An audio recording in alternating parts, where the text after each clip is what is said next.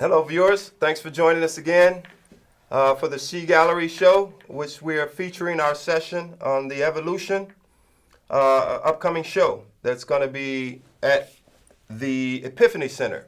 I'm Trixter, your host for today's session. Welcome again.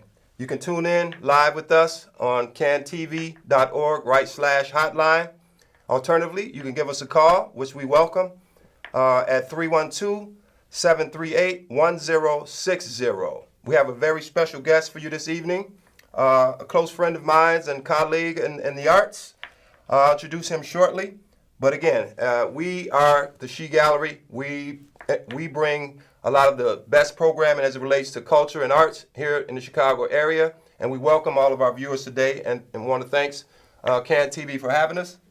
Okay, my name is Trixter. I'm your host. And tonight we'll be talking a little bit more in depth in our series on graffiti and graffiti art. Today's topic will be focusing around the different styles and its progression throughout the U.S. and abroad. The Family Resemblance show, which I'll be putting up in a moment, will be featuring some of Chicago's greatest in the graffiti arts world. And we look forward to having y'all attend. We could pull that up shortly. Give me a moment. All right. Family Resemblance, the evolution of Chicago-style graffiti. It'll be coming up at the Catacombs at the Epiphany Center in the West Loop of Chicago on March the 4th. It's going to be a really high-end event. We got a great lineup of artists, and we look forward to having all of y'all attend. Again, Family Resemblance, the evolution of Chicago-style graffiti, was put together with the S.H.E Gallery to feature and focus on some of the major movements and developments in the field and the art form itself. I'm Trixter, your host. You can tune in live with us. Give us a call. We welcome you.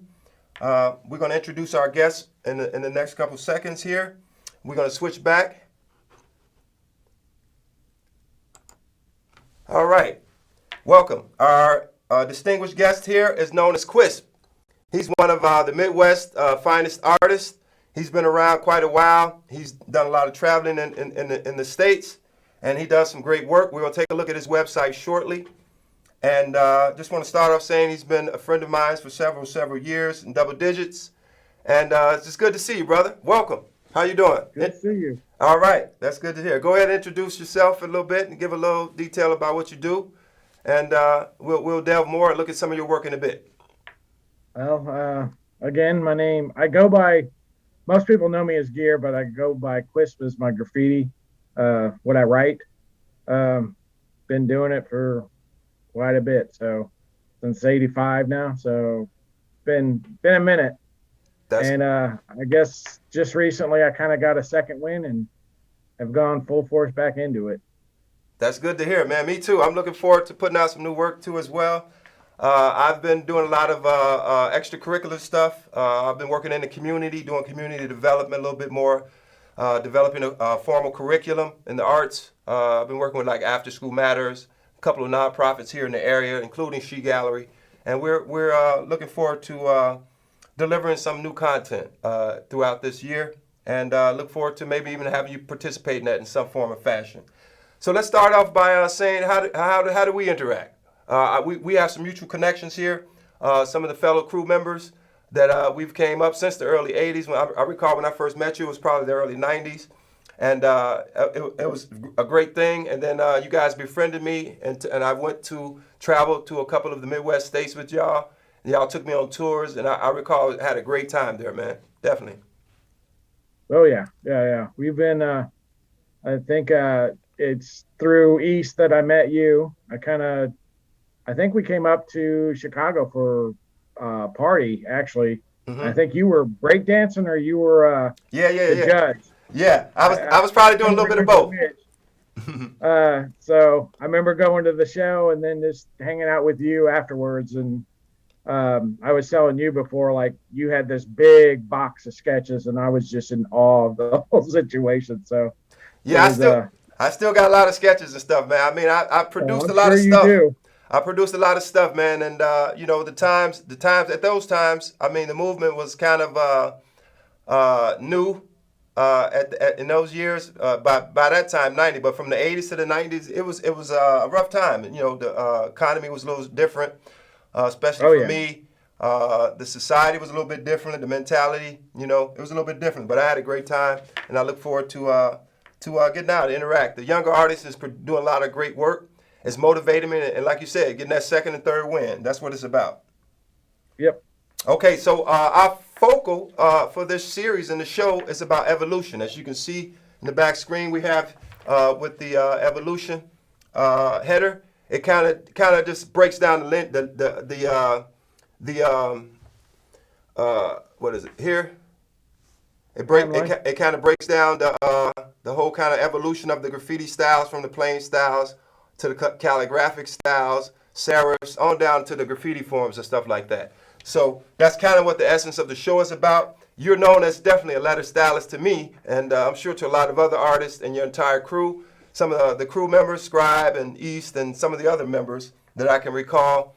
You guys have been producing some phenomenal work, some of the best that I've seen at some of the key events like Paint Lewis and things of that nature, and it's unrivaled. And it's kind of great to be a part of being in that development, man. I really appreciate what y'all put out, and it makes me proud to see. So go ahead and talk a little bit about that, how that progression happened, and from our last session we mentioned in our last lecture section we mentioned that we kind of like spawned, like we had our family. Give an idea of how the family kind of grew and expanded. Yeah, I think you know, being a part of the Chicago family to me is it's in my heart just because it's Midwest. And yeah, East came down to go to art school, and that's where I kind of actually learned styles and different things. Before that, you know, it was me doing one piece a year, thinking I was a graffiti writer, and Mm-hmm. uh, it didn't really. I didn't really start getting into like full force, like doing the bombing and everything, and doing being all city until East got here, and then he kind of showed me style, and I, you know, that Chicago style is just ingrained in the Kansas City style. It's definitely it's a main part of our history, and then what we did was teach that same the principles. And I was reading, like the other day I was reading the history of the history of American graffiti book in the Chicago, and kind of the idea of, you know, style, flow, you know, and just that idea of came out of the, I think, out of the Midwest. The flow part especially Mm-hmm. is something that is a very Midwest thing, because like you had New York, they were doing, and it's because they were doing those train pieces. Their stuff was really squared, kind of a squared style, and the West Coast was kind of like loose, but it wasn't. It wasn't like wave Yeah. is the way I guess I should put it. There's a flow to it, like where things connected and flowed the right way. Okay. So, you know, I think that to me is kind of where what I was taught from the whole Chicago idea of graffiti, and East ingrained, you know, all those Chicago ideals into uh, what taught me and what became my style, and then what I taught other people eventually is that Chicago style of graffiti. And yeah, let me add for ladies and gentlemen, for joining us, anyone joining us, we're live on CAN TV. You can view us online also at CAN TV /hotline. We have a very special guest, one of the Midwest finest letter stylists and artists, QUISP. He's joining us tonight, and you can also tune in if you have some questions for him or for us. The S.H.E Gallery, 312-738-1060. I'm Trixter, your host, and we're live on CAN TV. Okay, yeah, let's take a look at some of your work. I might add, before we take a look at this, is we here we're looking at your website now. We're gonna look at some of your stuff in your store here. You got some very nice prints here. You want to just kind of like go through the prints with us? Let me click on it real quick.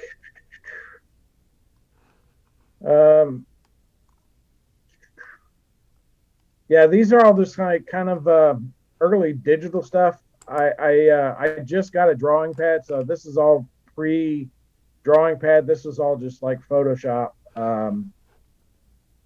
Fabulous, man. Digital I love the way your work has transformed. You're doing so much more with the letters. You kind of morphing them and lengthening them and elongating them. It looks great, man. Oh, yeah. It looks really great. I wanted to do, like, when I switched to the digital stuff, I could really kind of push the form a lot more and do a lot of different things, I think, with it, just because it was a smaller, the way it translated as far as like gallery type stuff goes, it was more kind of geared towards that gallery, like selling your graffiti work in galleries. It was more towards that type of stuff than it was like the street stuff. So I kind of added a bunch of different things, elements to it, and kind of went from there.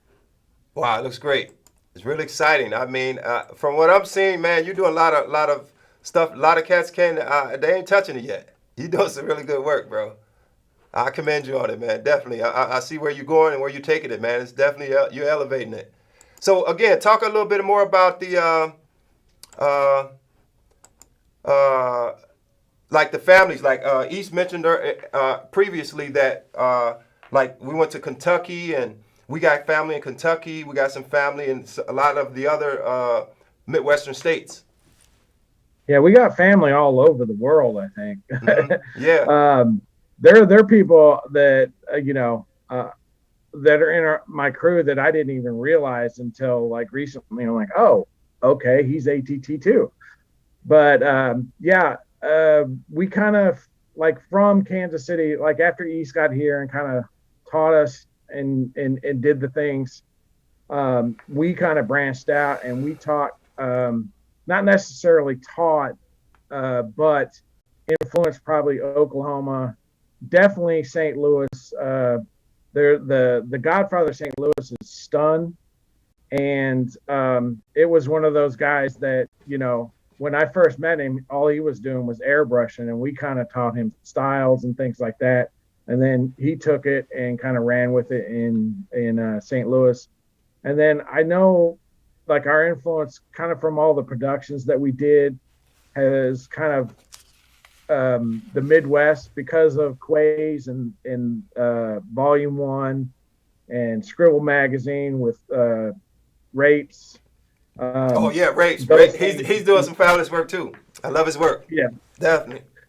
So when those, because before that we were just trying to trade photos with each other. There weren't those magazines. The first magazine I ever saw was an IGT, and I think East got it from you originally. Mm-hmm. And I was just blown away. But it was like a full-size newspaper. Yeah, the fold-outs. It finally kind of, yeah, it was like reading a full newspaper. But once those magazines came out, this is all before the internet too. So right, yeah. I tell people now, I'm like, no, like when we first came up, like, you had to go to another city to see the work. And you had to like look at a dude and go, yeah, you a writer? Yeah. And the picture exchange. Half a chance that he's like, who are you, a cop?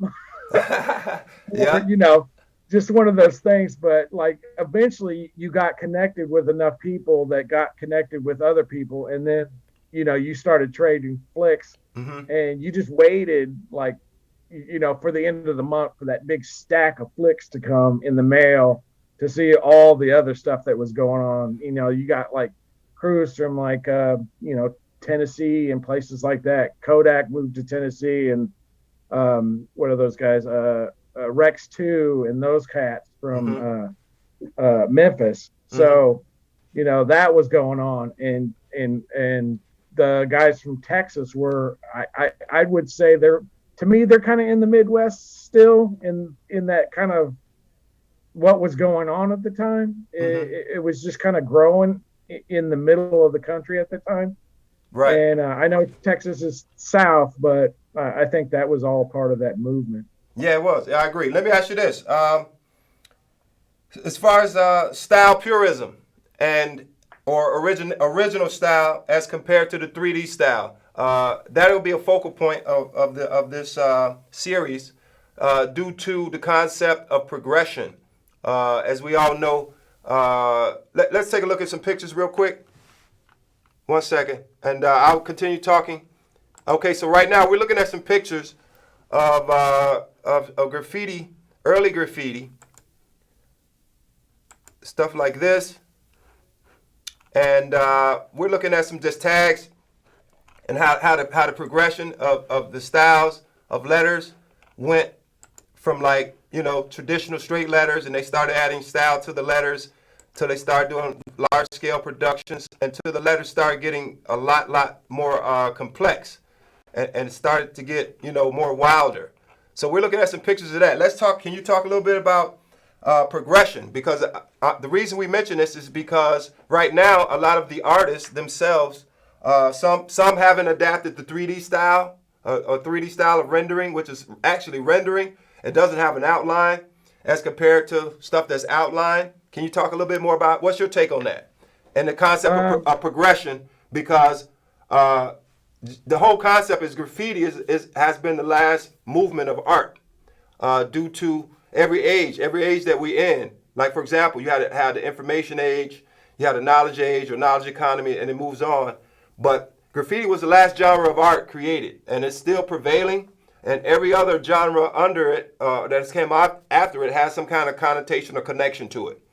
And we want to just emphasize that and the concept of progression, because I feel like, do you feel that the 3D graffiti is the future or the next installment of the style? Because a lot of people aren't adapting it yet. Actually, I'd say it's going to go beyond 3D on a wall. I think the next progression is virtual. The virtual reality. Yeah. Okay. There you go. That's 3-dimensional, but it's beyond 3-dimensional lettering. So it's a 3-dimensional space. Technology component to it. Okay. Yeah, I think eventually it's going to kind of go that route. Not saying that I would personally do that or want that, because I like the traditional purist. Yes. Spray paint on a wall. But I think you've got to look at the progression and where it's going. And I don't know if you've done that 3D virtual where they can take it. Yes, I have. Yeah, we've done that. That is just King phenomenal. King it spray, feels like you're all those there. things. Yeah, it's amazing. I did. We had an invite to Google. Google invited us in to do a lecture and talk show, and they had the virtual. We were practicing with the technology. It's amazing. I mean, I'm familiar with it before. I had some experiences with virtual technology and stuff, but doing art. I wish I could have done that. Like, I was at Scribes when I first did it, so I was in this small little room with desk and stuff. But like, I was trying to do that full body movement, and you can't really do that in a small space. You have to have like an open space around you to really get the complete feel of it. But yeah, it was weird, because like standing in a train yard, you were at the exact height of like those hoppers. And it's amazing. Everything just felt like the way it sprayed the trigger and everything. It was pretty cool. So I think it's going to go that route. I came from, I think, my dimensional stuff, and I was doing it when, like, who was it? Diamond Trash Can Designs with S.H.E. Is that his name, right? S.H.E and Dime were doing stuff. Yeah, and it was they were some of the first guys. Stuff. Yeah, they were some of the first guys.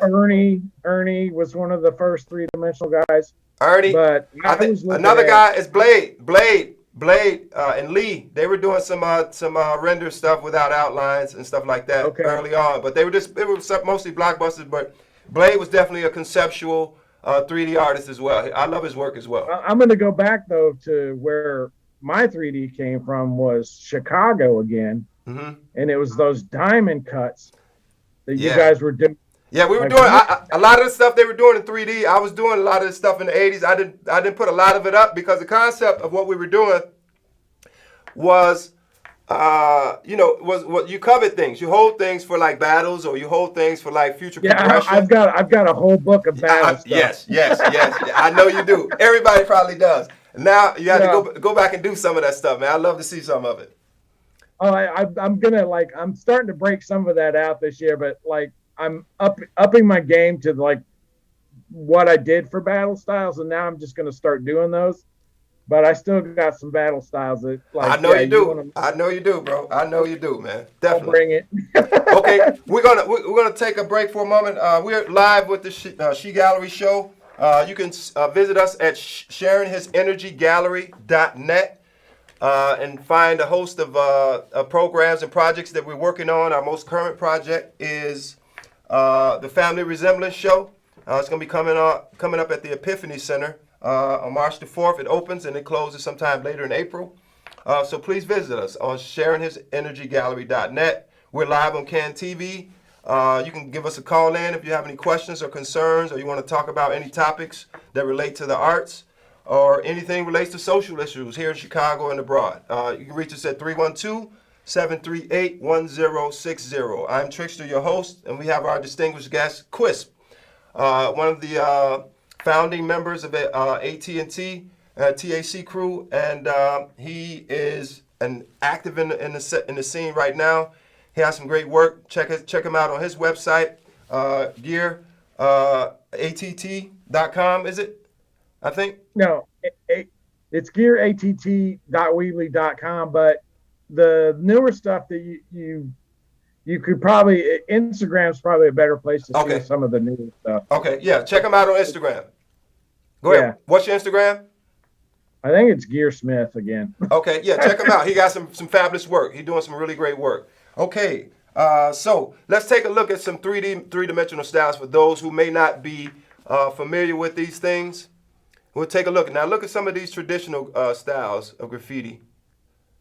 As we progress along, we're looking at some dust and scene cards right now, QUISP. And we're looking at a couple T-Kid cards right now for the audience. And we're just looking at some of the style progression. Now we're going to take a look at 3D style graffiti. And you can take a look at some of the difference. Now some of these styles here, these are some of the newer trends that are coming out. And these things are very popular amongst the youth. This is a growing audience. This artist here is called Peter. Yeah, he's dope. Yeah, Peter. He's been doing a lot of good stuff.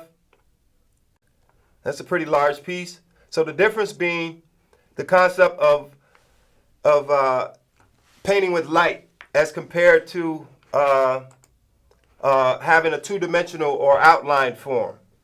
So in essence, what you're doing is you're showing the juxtaposition of planes and colors, how they meet, because a three-dimensional object doesn't generally have an outline per se in a two-dimensional sense. So the artists are painting in these styles and techniques now. This is an artist named Peter. Go ahead. One of the things I was doing with my 3D styles, it was a flat black with a traditional lettering style, and then dimensionalized, like outward. So that like it would be a flat, regular wild style, like b-boy type wild style, and then I would dimensionalize out from that. Okay. And I think that was that's the best way. I think I've seen you do some of that. That was a Midwest thing too. That's the best way. That's the way I did it, because my whole thing with it is a lot of people are losing the letter. Their style, they're doing the render style, but if you take the rendering away, the letter form gets lost. It doesn't have the funk style, the purest style. If it doesn't have the lettering form, then I kind of like even 3D styles. If they don't have that form, man, I'm just like I'm the same way. I'm the same way. I mean, it looks like it's abstract. It's abstract art, or that has resemblance to graffiti forms, but it's mostly just painting techniques. And you can hide a lot of mistakes, like a lot of like stuff that just doesn't make sense will make sense in a three-dimensional form, more so than a regular just flat style. Yeah, I to agree. me. I agree. I'm looking forward to that, man. I definitely want to get some 3D. Well, let's do a couple pieces. I'll come visit you, man. We're gonna get some work in. Oh no, I'm planning to make a trip up to Chicago this year, like I this hope summer. so. So I hope so. A hopefully matter of fact, I'm we'll gonna get start. I'm together gonna get. I'm then. gonna get some locations together for us. All right, Yeah, we need to do. sounds We need to good. do one. We need to do a nice one. Yeah, we need to rock it. Let's do It's it. a long time in the make. So what's your take on the movement collectively as a whole, international? Who do you think is really producing some really great works now? I know I remember like FX Crew, and they were doing a lot of big scale murals. Uh, who do you think are some of the major crews? Who's really producing now? AT&T has always been good. Y'all been doing a lot of stuff.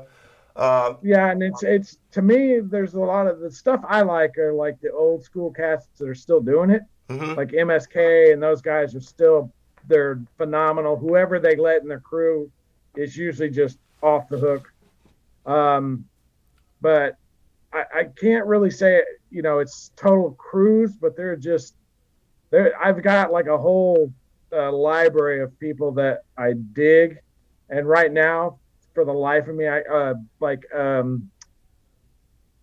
Asmo, ASMOE is one of the I've guys I I've seen really them. like I've seen them. now. I've seen them. That dude's score is phenomenally dope. Like his lettering style is just, I gotta check them I look out. at it and just kind of like, I'm not too familiar with him. one of my the dudes that lives here, this guy named Audio 57, just is phenomenal. He doesn't really paint too much anymore, but like when Send, he does, it's just send me a couple links on some of your favorites. I'd love to see them. oh yeah, I will. I could do that. But Okay. yeah, I see a lot of stuff like right now. I don't like. There's a whole thing going on in the graffiti world where it's deconstructionism. hmm I don't know if you've seen any of this where I it's have. like I taking it and mentioned just it. I, doing I like mentioned it before. really Yeah, they tearing it up, and destructing the letter. Yeah, deconstruction. I mentioned yeah. it. Yeah, they're doing it. So Biomorphic, that stuff. biomechanical, biomorphic. How about totem? Totem. Oh, I love Totem. Yeah, Totem. Yeah, Totem's yeah. like he's off the. But that's like when I say deconstructionism, I'm talking where they're going back to like early like 1960s to 70s in New York, that kind of graffiti. Yes, And I'm seeing it too. Yes, I'm seeing it so too. But and it's coming then they're around. It's doing like a trend. It's a wave. I noticed yeah, it. I'm glad you saw that. yeah. I wanted to mention that because I'm seeing, even here in Chicago, it's happening. I'm seeing that's the newest style right now. Yeah, and when I went to Paint Lewis this last year, or well, this year, but when I went there, like a lot of the kids were doing that, like deconstructionism, and then like the other half of the people were doing kind of, um, they're like street artists mixed with graffiti artists now, and they don't really call themselves graffiti artists. So when I went to Paint Lewis it used to be a big graffiti event, and now it's more of a kind of a universal street art painting hmm situation now.